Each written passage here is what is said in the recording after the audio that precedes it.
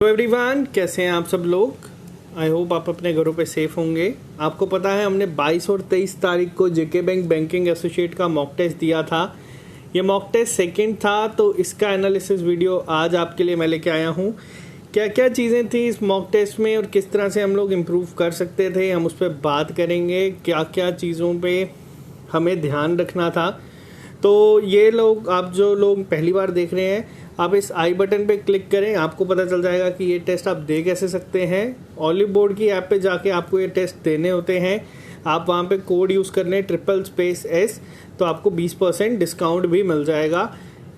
इसी के साथ जो JKSSB के आपके एग्ज़ाम्स हैं, उनके लिए इंडियन पॉलिटी, जिसमें आपका इंडियन कॉन्स्टिट्यूशन है, एक पार्ट नया ऐड हुआ है JKSSB के एग्ज़ाम्स के लिए। उसके लिए आपके लिए एक PDF हमने लॉन्च किया है जो बिल्कुल फ्री ऑफ कॉस्ट है। आप चाहे तो उसे हमारे फेसबुक ग्रुप से ले सकते हैं या फिर टेलीग्राम ग्रुप पे आप जाके ले सकते हैं। इसके लिए आपको कहीं पे कुछ भी रजिस्टर करने की ज़रूरत नहीं है। लिंक आपको दोनों डिस्क्रिप्शन में मिल जाएंगे और इसमें एग्ज़ाम ओरिएंटेड आपका मैक्सिमम पार्ट कवर करने की कोशिश की गई है। और एक और छोटा अपडेट आपको आज का सेशन शुरू करने से पहले, कल शाम को 6 बजे ठीक आप लोगों का लाइव टेस्ट होगा नॉलेज ऑफ कंप्यूटर एप्लीकेशन का, इसी चैनल पे। तो चैनल सब्सक्राइब कर लें। इसका लिंक आपको यहीं पे आई बटन के साथ में ही मिल जाएगा, आई बटन पे ही। तो आप लोग यहाँ पे रिमाइंडर सेट कर लें ताकि जब हम लोग लाइव आएँ तो आप लोगों को अटेम्प्ट करने का मिले। इसका जो लेवल होगा वो मॉडरेट लेवल टू डिफ़िकल्ट होगा, जैसा आपका JKSSB में पूछा जाता है उसी तरह से पूरा सेट किया गया है। तो तैयारी अपनी को कंटिन्यू करें। तो चलिए स्टार्ट करते हैं आज की क्लासेस। तो ये है आपके सामने जेके बैंक बैंकिंग एसोसिएट सेकंड का मॉक टेस्ट का स्कोर कार्ड। ये मैंने दिया है आज दिमाग उतना सेट नहीं था, लेकिन एक्सक्यूजेस नहीं होंगे। तो जो चीज़ें हैं ये आपके सामने हैं। तो मैंने टोटल अटेम्प्ट किए थे 89, जिसमें 75 ठीक हैं और 14 गलत हुए हैं। अब स्कोर कार्ड है 71.5। परसेंटाइल आप देख सकते हैं पिछले टेस्ट के कंपैरिजन में गिरा है। रीज़न बहुत सारे हैं, लेकिन जो चीज़ फैक्ट है सामने है उसी पे बात करेंगे और वीक एरियाज के ऊपर काम करेंगे। तो चलिए स्टार्ट करते हैं। सेक्शन वाइज क्या क्या चीज़ें थी इस टेस्ट में और हमें उसका ध्यान रखना था। सबसे पहली चीज़ अगर हम बात करें तो आपकी इंग्लिश लैंग्वेज की। इंग्लिश लैंग्वेज आपकी इजी थी, डिफ़िकल्ट नहीं थी। जो आपका चीज़ें पूछी गई थी काफ़ी सिंपल थी, ध्यान नहीं था, बीच में अलग अलग चीज़ों पे ध्यान जा रहा था, थोड़े से पर्सनल रीज़न चल रहे हैं, तो कोई बात नहीं। तो इंग्लिश सेक्शन आप देख सकते हैं ऑन एवरेज काफ़ी ख़राब गई है। जो एवरेज सेक्शन जाती है उससे काफ़ी कम स्कोर हुआ है। बच्चों ने इसमें बहुत ही अच्छा स्कोर किया है और आसानी से जो भी बच्चा तैयारी कर रहा है वो 15 से 18 नंबर इसके बीच में लेके आ सकता था। बहुत ही इजी, इतनी भी इजी नहीं थी। इसमें जो आपका रीडिंग कम्प्रीहेंशन था वो काफ़ी इजी था। 8 मार्क्स आप वहाँ से सीधा सीधा लेके आ सकते थे। जो लास्ट के आपके वर्ड स्वैप थे वो भी काफ़ी इजी थे, या जो लेटेस्ट पैरा जंबल का पैटर्न चलता है वो भी काफ़ी इजी थे। 12 नंबर आप लोग यहाँ से सीधा सीधा लेके आ सकते थे।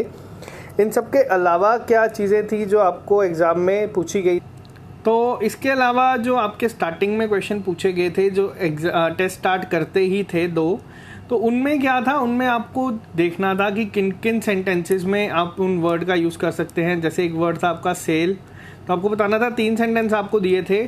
आज का जो लेटेस्ट पैटर्न चल रहा है, 1 से 2 सेक्शन में या शिफ्ट में ये टाइप के क्वेश्चन आपको 110% देखने को मिलेंगे। आपको क्या करना है, आपको जब टेस्ट स्टार्ट होता है तो इनको स्किप कर देना है, पहले पूरा पेपर करके आए। जैसे लास्ट में मैंने आपको बताया 12 से 15 मार्क्स का पेपर ऐसा था जो इजीली डुएबल था, हर कोई कर सकता था। उसके बाद आप इन चीज़ों पे आए ताकि आप लोग लेके आए। ओवरऑल ये सेक्शन मेरी बिलो एवरेज गई है।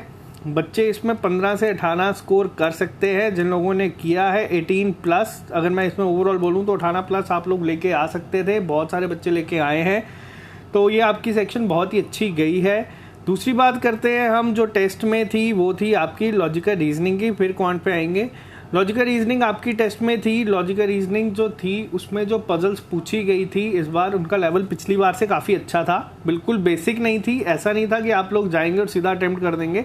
सोचना पड़ रहा था, आपको ओनली फ्यू के साइलॉगिज्म दिखे, वैसे ही एग्ज़ाम में पूछे जाते हैं। और आजकल 3 से 4 ही एग्ज़ाम में दिखते हैं, आपको 5 नहीं दिखेंगे। ये इनइक्वालिटी 2 से 3 थी, आपको मेन पजल्स पे जोर था। उसके बाद जो आपकी अल्फ़ा न्यूमेरिक सीरीज़ थी वो काफ़ी इजी थी। ओवरऑल इस सेक्शन में आप लोग अटेम्प्ट करके आ सकते थे 20 प्लस। अगर आप लोगों ने इसके लिए तैयारी की है तो 20 प्लस इसमें आसानी से अटेम्प्ट आप कर सकते थे। पजल में अगर आप लोग नहीं फंसे होंगे तो पजल उसमें ऐसी नहीं थी कि जो आप आएंगे और सीधा कर देंगे। फ्लोर बेस्ड पजल थी, ठीक थी, अच्छी थी, लेवल अच्छा था। उसके बाद आपकी जो लीनियर सिटिंग अरेंजमेंट थी जिसमें कहा गया था सब लोग साउथ फेसिंग है, तो वो काफ़ी अच्छी पजल्स थी, बिल्कुल क्लैरिकल लेवल की नहीं थी, उनसे एक लेवल ऊपर ही था। तो 20 प्लस अगर आप इस सेक्शन में करके आए हैं या 20 नंबर आप इस सेक्शन में स्कोर करके आए हैं तो बहुत ही अच्छा स्कोर आपका इसमें माना जाएगा। एक्चुअल एग्जाम इससे इजी होगा। पिछली बार जो आपने देखा था उसके कंपैरिजन में अच्छा लेवल था। बात करते हैं तीसरी सेक्शन की, क्वांट की। जब टेस्ट दे रहा था मुझे पता चल जाता है कि कब टेस्ट बेकार हो रहा है। तो इंग्लिश काफ़ी बेकार हुई, पता चल गया था, क्योंकि कंसंट्रेशन नहीं बन पा रही थी। मैं पूरी लाइन, एक एक लाइन को 2-2 3-3 बार पढ़ रहा था। तो वो एक्सक्यूजेज साइड पे रखते हुए लॉजिकल रीजनिंग जब दे रहा था तब भी मुझे एक आइडिया हो गया था कि इस सेक्शन में ज़्यादा अटेम्प्ट हो सकते थे। आमतौर पे ऐसी सेक्शन थी कि आप अगर नॉर्मल तैयारी करके भी जाने तो 20 प्लस आप इसमें ले आएंगे, और जिन्होंने ज़्यादा अच्छी तैयारी की है वो 25-30 प्लस इसमें लेके आएंगे।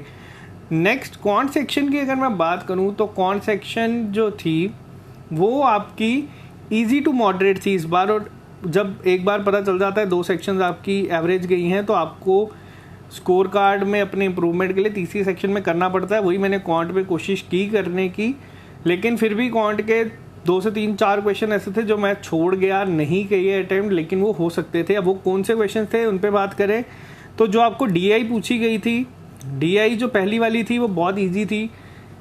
ईजी क्या थी, आपको दिया हुआ था इस तरह से गर्ल्स, यहाँ पे जो दिया हुआ था डेटा आपको वो था नंबर ऑफ गर्ल्स का, और यहाँ जो डेटा दिया हुआ था वो था number of percentage of boys का। अब ये चीज़ क्या थी यहाँ पे, ये चीज़ इस तरह से थी, बहुत सारे बच्चे कंफ्यूज हुए हैं जिन लोगों ने डीआई को छोड़ दिया है। तो ये डीआई करने का तरीका बहुत सिंपल था। आपको क्या करना था, आपको परसेंटेज ऑफ बॉयज़ दी हुई थी, जैसे मान लीजिए 60% आपको बॉयज़ दिए हैं और 40 आपको गर्ल्स दिए हैं। तो आपको यहाँ से एक आइडिया लगाना था, परसेंटेज टोटल आपकी 100 होती है, अगर 60% बॉयज़ हैं तो गर्ल्स आपकी 40% होगी। तो इसको इस तरह से सॉल्व करना था, आसानी से अटेम्प्ट हो रही थी। जो लाइन ग्राफ वाली डीआई थी, जो आपको 3 आपको दिए हुए थे, एग्जाम में आपको 2 से ज़्यादा नहीं दिए जाएंगे और वो ईजी होंगे। यहाँ पे आपको जो लेवल होता है आपको इस तरह से बनाया जाता है कि आप लोग प्रैक्टिस करें, कोशिश करें कि इन पैरामीटर्स को सॉल्व करने की विद इन टाइम। अगर आप इनको सॉल्व करना सीख गए विद इन टाइम, आपको एग्ज़ाम बहुत ही ईजी लगेगा। तो ये क्या था, ये चीज़ जो थी आपकी एग्ज़ाम में पूछी हुई, ये वाली डीआई को मैंने मार्क फॉर रिव्यू करके छोड़ दिया और आगे चलता गया। पूरा अप्रोक्सीमेशन सॉल्व करके सब कुछ नंबर सीरीज पे मैंने काफ़ी टाइम वेस्ट किया, वो मुझे यहाँ पे यूटिलाइज कर देना चाहिए था। तो मैं प्लस 2-3 और कर सकता था इसमें, लेकिन वो चीज़ रह गई, नहीं हो पाई। तो ओवरऑल 28 अटेम्प्ट मैंने इसमें किए।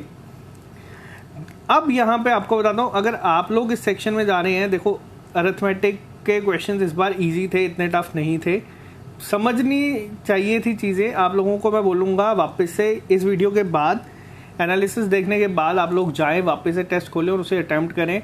इस सेक्शन में भी आप लोग 20 प्लस आसानी से स्कोर कर सकते थे।